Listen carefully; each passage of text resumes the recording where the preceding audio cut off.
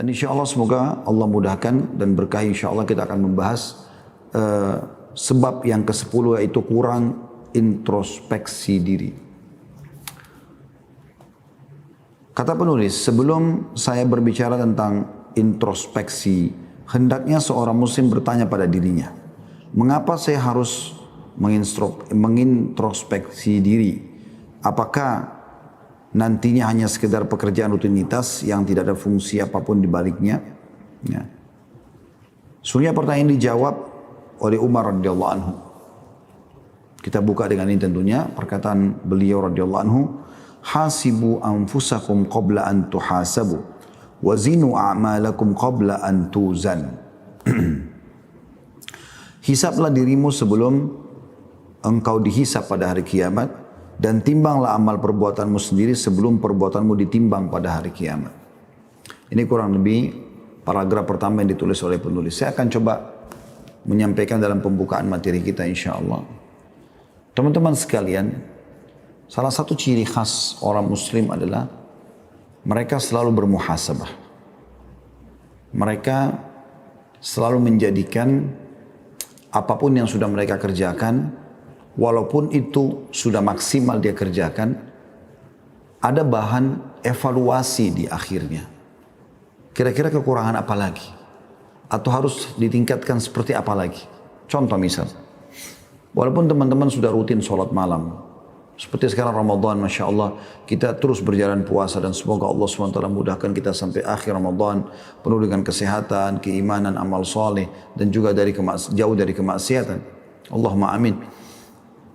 Tapi teman-teman sekalian, orang yang cerdas adalah dia selalu muhasabah. Dia gunakan atau dia disisihkan di akhir waktu dia di malam hari, bagaimana dia evaluasi. Hari ini puasanya sudah maksimal belum? Apakah saya sudah gunakan maksimal dalam ibadah-ibadah? Misal ibadah baca Quran. Berapa ayat sudah saya baca hari ini? Dia evaluasi. Kalau dia cuma baca 10 ayat, dia coba tingkatkan menjadi 20 ayat, 30 ayat, 40 ayat. Bahkan kalau perlu 1000 ayat per hari. Sehingga Anda dengan 6 hari atau 7 hari sudah bisa mengkhatam 30 juz Al-Quran. Kita jadikan bahan muhasabah. Puasa hari ini sudah berisi enggak dengan zikir pagi petang? Sudah berisi enggak dengan sholat duha? Sudah berisi enggak dengan istighfar 100 kali? Sudah berisi enggak dengan berdoa yang memang Nabi SAW janjikan mustajab atau diterima karena di waktu puasa? Sudahkah hari ini saya berbakti pada orang tua? Sudahkah saya isi dengan bersedekah di pagi hari? Sudahkah saya persiapkan di maghrib seperti ini untuk membuka puasakan orang? Dan seterusnya. Jadi jadikan bahan muhasabah. Nah, evaluasi ini itu akan membuat kita meningkatkan kualitas amal baik yang sudah kita kerjakan. Begitu juga teman-teman sekalian, kalau seseorang melakukan pelanggaran-pelanggaran dan kelalaian, dia selalu mengevaluasi dirinya. Karena introspeksi diri ini penting sekali. Dia akan sangat berpengaruh ya, untuk meningkatkan kualitas kebaikan kita, dan juga dia akan menghadang kita ya, dengan tembok yang sangat besar dari perbuatan kesalahan. Karena kita akan terus ya, berjaga-jaga jangan sampai kita terjerumus lagi pada kesalahan yang sama. Oleh karena itu perkataan Umar ini sangat menarik. Hasibu anfusakum qabla an tuhasabu. Kalau teman-teman ya, hisablah diri kalian sebelum kalian dihisab. Kalau teman-teman pernah menghadapi sebuah permasalahan, mungkin Anda pernah rasakan seperti disoroti oleh banyak orang. Mirip dengan di sidang lah ya. Maka seperti apa perasaan Anda pada saat itu? Saya yakin Anda merasa kayak diserang dari semua sisi. Allah Subhanahu wa taala datangkan itu dalam kehidupan Anda supaya Anda tahu. Di hari kiamat nanti akan lebih berat tentunya. Oleh karena itu kita harus jadikan apapun kesalahan kita segera perbaikin, bertobat dari kesalahan tersebut, dan kita terus bergerak ke depan untuk menjadi orang yang sukses. Tidak ada kata terlambat tentunya. Karena kita sudah bahas juga di penyebab lemahnya iman yang sebelumnya, ajiz atau lemah, ini karena itu. Mereka tidak mau bergerak, mereka sering putus asa, karena merasa sudah pernah berbuat dosa besar. Enggak. Perbuatan dosa besar pun kalau orang sudah taubat dibersihkan oleh Allah SWT. Dan tidak ada kata terlambat untuk Anda menjadi orang terbaik umat ini. Selama Anda masih hidup, kejar prestasi terbaik itu. Juga dikatakan wazinu amalakum qabla an tuzan. Timbanglah amal-amalmu sebelum amalmu itu ditimbang. Bukan berarti kita menghitung-hitung amal yang sudah kita kerjakan, tapi kualitasnya sudah masuk. Seperti Anda ingin menawarkan produk ke satu perusahaan, Anda harus mengikuti spek perusahaan itu supaya produk Anda diterima. Kalau tidak, maka tidak akan diterima. Itu yang penting untuk digarisbawahi. Lalu kata penulis, jadi kita mengintrospeksi diri kita sendiri karena amal perbuatan kita akan dihisap kelak di hari kiamat. Allah Subhanahu wa taala telah mengingatkan dalam surah Al-Hasyr ayat 18. A'udzu billahi minasyaitonir rajim. Ya ayyuhalladzina amanu taqullaha wal tanzur nafsum ma qaddamat lighad. Wal tanzur nafsum ma qaddamat lighad. Wattaqullaha innallaha khabirum bima ta'malun. Hai orang-orang beriman, bertakwalah kepada Allah dan hendaklah setiap diri memperhatikan apa yang telah diperbuatnya untuk hari esok atau akhirat. Dan bertakwalah kepada Allah, sesungguhnya Allah Maha mengetahui tentang apa yang kamu kerjakan. Jadi di sini bagaimana Allah SWT menyuruh kita selalu berhati-hati. Jangan sampai nanti kamu dihisap di hari kiamat. Jadi dari sekarang mudahkan, ringankan ya timbangan dosamu dan beratkan timbangan amalmu. Saya sering membahasakan itu buat diri saya sendiri, kemudian baru teman-teman ya. Semoga Allah SWT menjadikan saya orang pertama melaksanakan lalu mengajarkannya. Pergilah menuju akhirat dengan membawa dua hal dan jangan bawa dua hal. Pergilah menuju ke akhirat, menuju kematian dan kita pasti akan mati semua teman-teman sekalian. Semoga insya Allah husnul khatimah. Maka bawalah menuju kematian itu amal saleh dan teman saleh. Amal saleh dan teman saleh. Jangan bawa yang lain. Ini dua. Setiap yang Anda persiapkan adalah amal saleh. Salat, ya puasa, ya zakat, ya segala macam bakti dengan orang tua, zikir, berdoa, jenguk orang sakit, mengantar jenazah dan seterusnya. Jadi dari sini Anda sibuk dari amal saleh ke amal saleh apa lagi. Jangan pernah teman-teman merasa puas dengan satu amal saleh yang Anda kerjakan dalam satu hari itu. Kemudian juga bawa teman soleh. Dalam sebuah riwayat dikatakan, kata Nabi SAW, nanti akan ada orang beriman masuk ke dalam surga. Lalu dia mengatakan pada Allah, ya Allah, sahabatku, pernah ada orang bersamaku dulu di dunia. Maka Allah SWT pun mengizinkan dia untuk mencari temannya di neraka. Lalu dia temukan dan dikeluarkan dari neraka. Sampai orang-orang di neraka itu merasa cemburu melihat orang ini. Siapa ini orang ini? Kenapa kok bisa keluar? Apakah amal solehnya yang mengeluarkan dia? Jawabannya tidak. Karena kalau dia punya amal soleh banyak, pasti dia sudah masuk surga dari awal.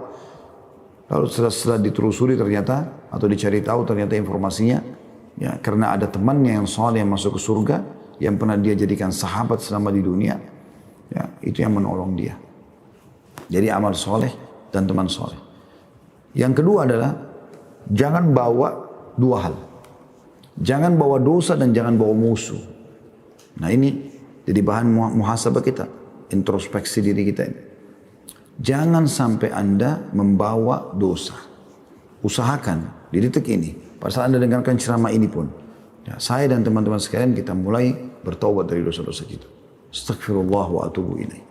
Nabi SAW beristighfar dan bertobat setiap hari 70, riwayat lain 100 kali. Dan juga jangan bawa musuh. Jangan selalu sifatnya setiap hari mikirin kesalahan orang, kesalahan orang, kekurangan orang, sehingga selalu saja ada musuhnya setiap hari.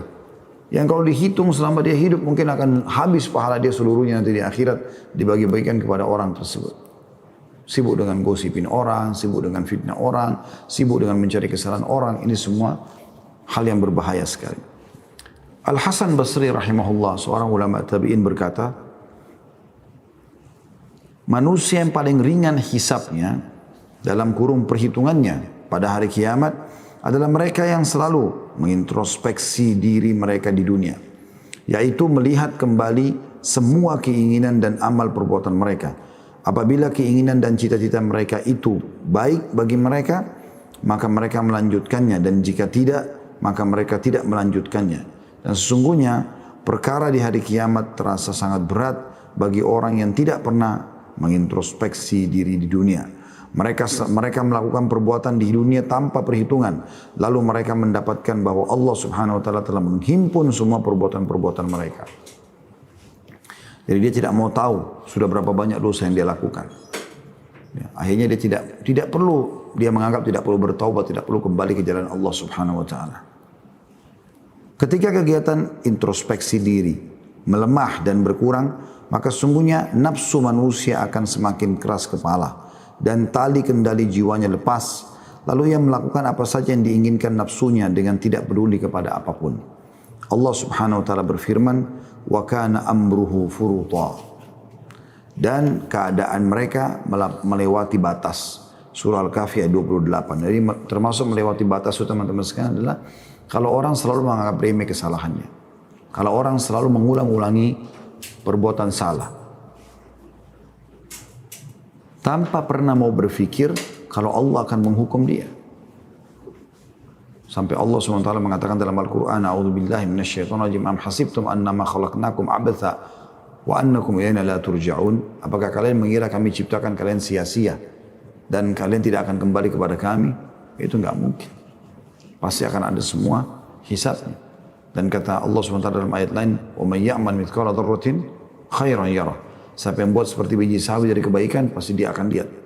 "Wa may ya'mal mithqala dzarratin syarran yarah." Dan siapa yang berbuat seperti biji sawi dari keburukan, dia juga akan melihatnya. Mujahid berkata, seorang ulama tabi'in berkata, ia telah menyanyiakan jiwanya, maksudnya dalam surah Al-Kahfi ayat 28 tadi ya. Wa kana amru furuta, dan keadaan banyak orang melampaui batas. Maksudnya adalah ia telah menyanyiakan jiwanya dan telah merugi.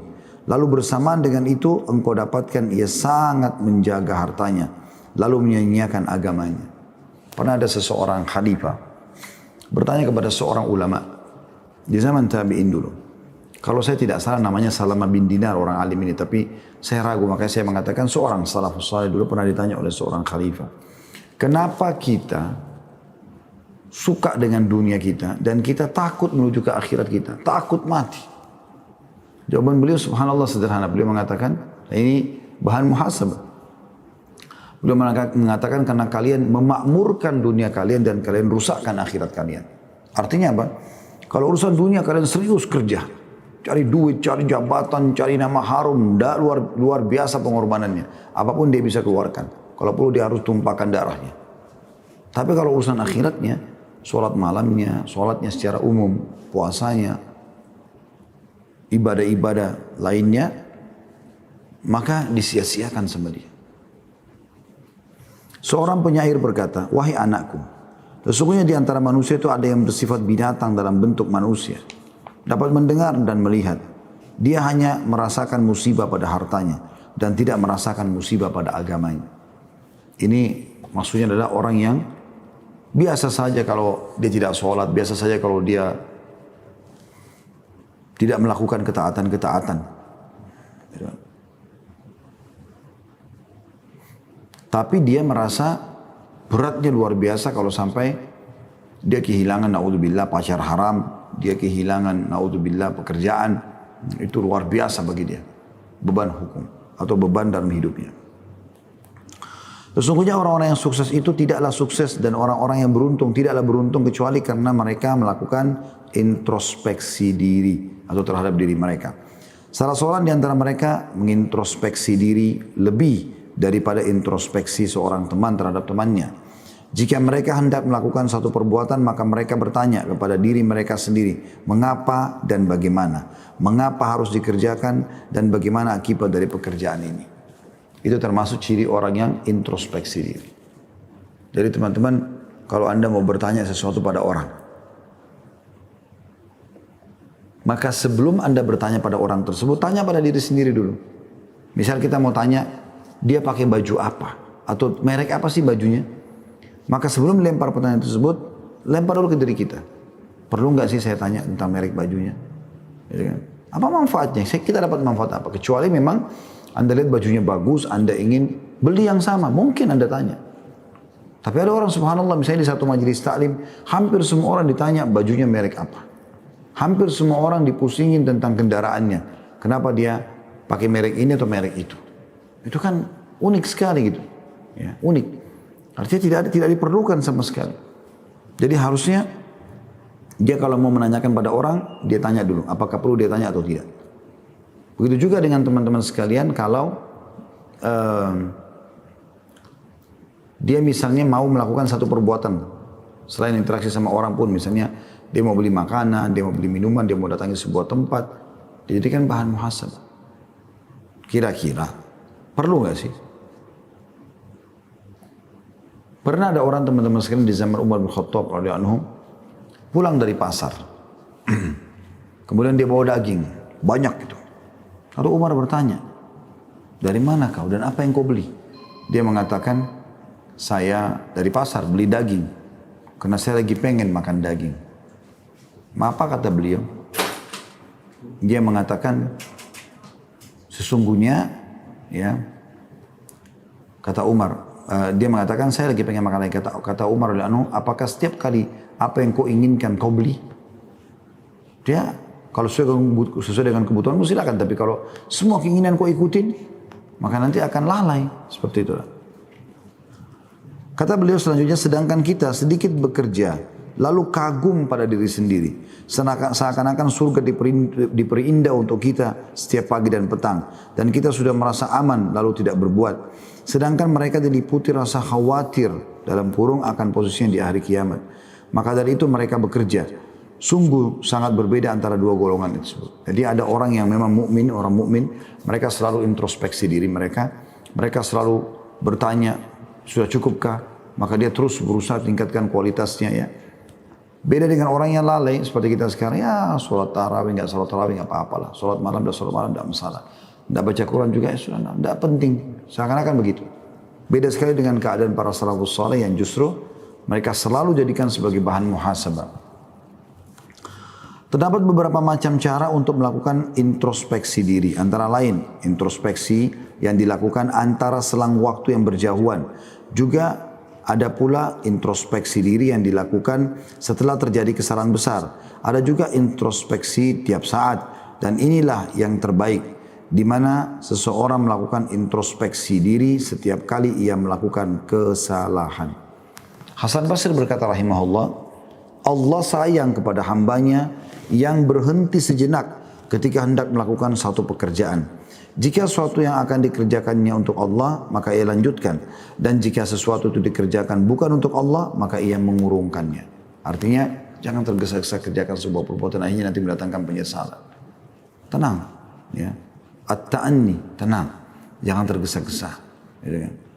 Kalau itu adalah sebuah nikmat, maka kita juga ada baiknya tidak tergesa-gesa ya untuk buru-buru melakukan sesuatu yang mungkin bahkan bisa menghilangkan nikmat itu. Atau dia melakukan sebuah perbuatan kesalahan, lalu dia buru-buru langsung mengambil sebuah keputusan bahwasanya ini tidak besar bagi dia. Allah Subhanahu wa taala sangat suka, kata beliau, kalau ada orang mau melakukan satu perbuatan, dia tenang dulu. Keputusan ini. Ini karena Allah bukan. Kalau karena Allah dilanjutin, kalau bukan maka dia hentikan. Dan sebagian di antara para ulama menerangkan ucapan Al-Hasan Basri ini dengan mengatakan, jika jiwa seseorang hendak melakukan satu pekerjaan, maka yang pertama kali ia kerjakan adalah berpikir sejenak. Apakah pekerjaan itu mampu ia lakukan atau tidak? Jika tidak mampu, maka ia tidak akan melakukannya. Jika ia mampu, maka ia berhenti dan berpikir sejenak. Apakah melakukan pekerjaan itu lebih baik bagi dirinya ya, daripada meninggalkannya? Ataukah meninggalkannya lebih baik bagi dirinya daripada mengerjakannya? Jika yang pertama adalah yang kedua, maka ia tinggalkan pekerjaan tersebut. Ya. Dan jika yang terjadi adalah yang pertama, jika yang terjadi adalah yang kedua, maka ia tinggalkan pekerjaan itu. Dan jika yang terjadi adalah hal yang pertama, maka ia harus berhenti sejenak untuk berpikir lagi. Jadi teman-teman, introspeksi diri dalam arti kata berhati-hati saja, lebih jeli. Tapi juga jangan sampai membuat kita lelet, telat, sehingga kita dikalahkan oleh orang lain dalam perbuatan kebaikan, gitu kan? Jadi kita ada orang buka puasain orang, lalu dia berpikir lama, kira-kira siapa yang saya mau buka puasain, berapa orang? Lama sekali, akhirnya sampai menjelang maghrib, mungkin tempat yang dia mau ingin sumbang sudah dapat buka puasa dari tempat lain. Saya pernah satu kali menjalani itu ya. Jadi saya menunda perbuatan itu. Bukan niat untuk bermalas-malasan. Karena kesibukan. Ada satu masjid. Subhanallah. Dan punya radio. Itu rubuh ya. Kena hujan. Satelitnya atau apa itu ya. Yang butuh bantuan. Lalu saya mengatakan, oh jatuh hari. Oke, insya Allah mungkin saya akan berikan 1-2 hari gitu. Subhanallah, pada saat saya mau menyumbang 2 hari atau 3 hari setelah itu, sudah terkumpul dananya. Udah nggak ada lagi. Udah nggak bisa terima. Lalu kenapa nggak langsung lakukan eksekusi pada saat itu? Kalau ada peluang beribadah, eksekusi langsung. Bukan saja negosiasi, apalagi sama syaitan. Ya. Kata beliau, apakah motif melakukan pekerjaan itu adalah untuk mencari keridhaan Allah subhanahu wa ta'ala dan pahala darinya, ataukah ia mengharapkan pujian, kedudukan dan harta dari manusia? Jika hal kedua terbetik dari dalam dirinya, maka ia tidak melakukannya sekalipun pekerjaan itu dapat menghantarkan dirinya pada apa yang ia harapkan. Namun pemutusan ini perlu ia lakukan agar dirinya tidak terbiasa untuk melakukan perbuatan syirik dan tidak melakukan perbuatan yang bukan untuk Allah. Sementara jika yang terbetik dalam hatinya adalah yang pertama, maka ia berpikir lagi. Apakah ia akan ditolong untuk melakukan hal itu dan ada penolong-penolong yang akan menolong dan membantunya jika pekerjaan itu membutuhkan pertolongan? Jika ia belum memiliki para penolongnya, maka ia menunda pekerjaan itu. Lalu jika ia telah menemukan penolongnya, maka ia maju untuk melakukan pekerjaan itu. Karena sesungguhnya ia akan mendapatkan kemenangan. Ya, seperti itu kurang. Jadi maksudnya penolong ini pendukung-pendukung ya. Terus-terusnya juga perlu. Ya, jangan terjun bebas. Tapi butuh persiapan-persiapan, ya minimal 50%, kemudian dia melangkah. Kata beliau di paragraf terakhir, sungguh kita amat butuh pada sikap introspeksi diri terhadap sesuatu yang kecil ataupun yang besar di setiap waktu dan di setiap tempat, agar kita dapat mengendalikan diri ini. Jika Allah subhanahu wa ta'ala akan meminta pertanggungjawaban kepada orang-orang yang tulus tentang ketulusan mereka, lalu bagaimana dengan orang-orang yang lemah seperti kita? Nah, ini semua bahan introspeksi. Jadi bagaimana kita bermuhasabah supaya jangan sampai kita lalai. Ya.